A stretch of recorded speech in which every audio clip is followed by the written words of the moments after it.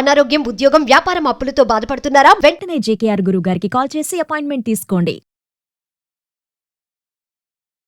నమస్తే, welcome back to Suman TV. ప్రస్తుతం మనతో పాటు ఉన్నారు సీనియర్ పోలీస్ ఆఫీసర్ రెడ్డన్న గారు. నమస్తే సార్. నమస్కారం అండి. సార్, మనం ఇప్పుడు గూగుల్ ఉంటుంది, ఏదైనా కావాలి ఇన్ఫర్మేషన్ అంటే సర్చ్ చేస్తాం కదా. మరి ఈ మధ్య కాలంలో గూగుల్లో పలానా విషయాలు సర్చ్ చేస్తే సీదా జైలుకి వెళ్ళడమే అని చెప్పేసి అని చూస్తున్నాం ఆర్టికల్స్. అంటే అవి ఏంటి ఏవేవి మనం గూగుల్లో సర్చ్ చేయకూడదు అంటే? ఒకటండి, ఇప్పుడు ఈ మధ్యకాలంలో మర్డర్లు చేసి తప్పించుకోవడం ఎలా అని సెర్చ్ చేస్తున్నారు.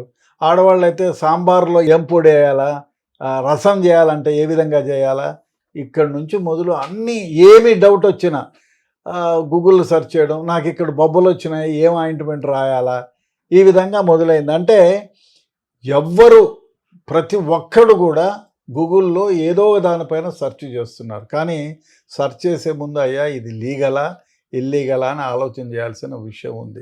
ఇప్పుడు చాలామంది మర్డర్ చేసి ఏ విధంగా తప్పించుకోవాలి ఇట్లాంటివన్నీ సెర్చ్ చేసినప్పుడు మీరు ఏదైనా అటెంప్ట్ పాడో చేస్తే it will become another evidence. అంటే పోలీసులకి నువ్వు ఆల్రెడీ గూగుల్ చేసినావు, నువ్వు మర్డర్ చేసినావు, నువ్వు ఎవిడెన్స్ దీని ప్రకారం చేసినావని దాన్ని టెక్నికల్గా తీసుకొని మీ నేరం నిరూపించడానికి ఇంకొక ఆధారం, ఇంకొక విట్నెస్ దొరికినట్టు. సో ఆ విధంగా చేయడం ఒక తప్పు. అతి ముఖ్యంగా ఇప్పుడు బాంబులు ఏ విధంగా తయారు చేయాలి, పొరపాటున ఎవడన్నా టీవీలో ఏదో వచ్చి మీరు బుద్ధి లేకుండా బాంబులు తయారు చేయడం ఏ విధంగా చేయాలి అని అడిగితే ఏదో చెప్తుంది, మీరు ఏం చేయాలన్నా చెప్తుంది.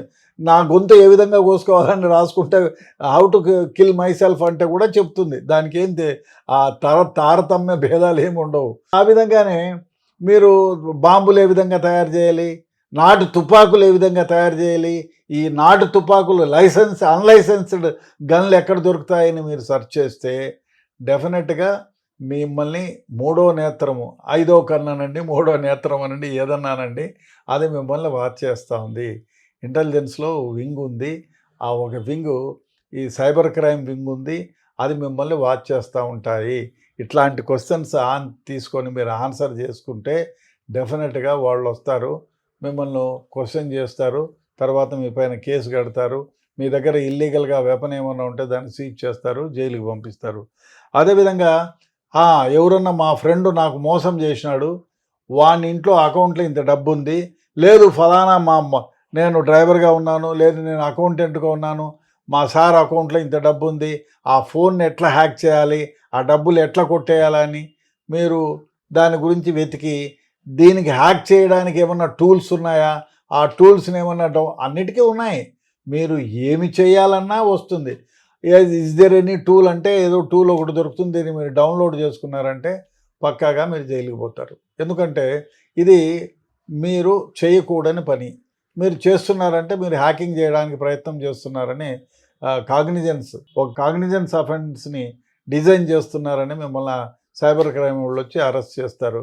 కాబట్టి ఇటువంటివి కూడా చేసేదానికి లేదు. ఇంకా ఇప్పుడు ఏమైపోయింది, ఇప్పుడు సినిమాలకు పోయేది మానేశారు జనాలందరూ.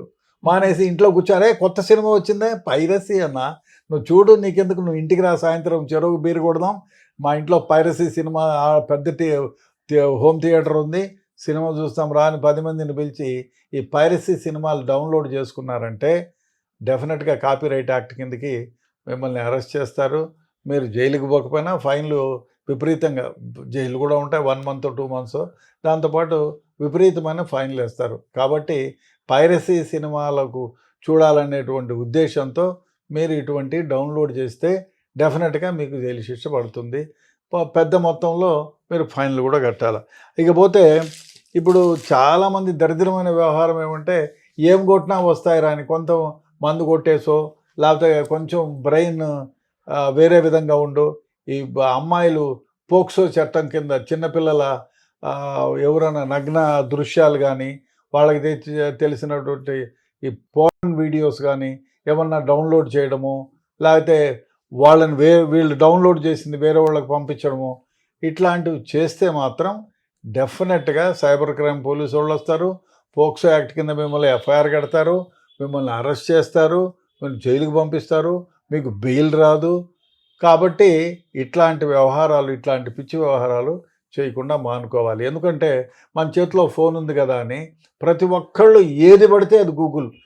అది కాబట్టి అట్లాంటిది కాకుండా ఇంకోటి కూడా మేము ఈ దారిలో ఫలానా మనిషి వస్తుంటాడు, నేను ఎలా చంపాలి, ఇట్లాంటివన్నీ ఆలోచనలు వస్తాయి. లేదు ఎవడన్నా స్నేహితుడన్నా నేను ఫలానా దగ్గరికి వెళ్తున్నాను, నాటు తుపాకు ఉంటే ఎక్కడ దొరుకుతుంది చెప్పు అని ఎవడన్నా ఫోన్ చేస్తే నువ్వు పిచ్చోళ్ళలాగా ఫలానా వెబ్సైట్లో దొరుకుతుంది ఫలానా దగ్గర నువ్వు చెప్పినా కూడా you are also liable for that. కాబట్టి ఇట్లాంటి వ్యవహారాలు గూగుల్ చేయకండి. చూసుకోండి, మీరు గూగుల్ చేసేటప్పుడు ఏది రైటు ఏది రాంగ్ అని చూసుకొని మీరు గూగుల్ చేసి డౌన్లోడ్ చేసుకోండి. లేకపోతే మీరు కటకటాల వెనక బాధపడాల్సిందే. Thank you sir. రైట్.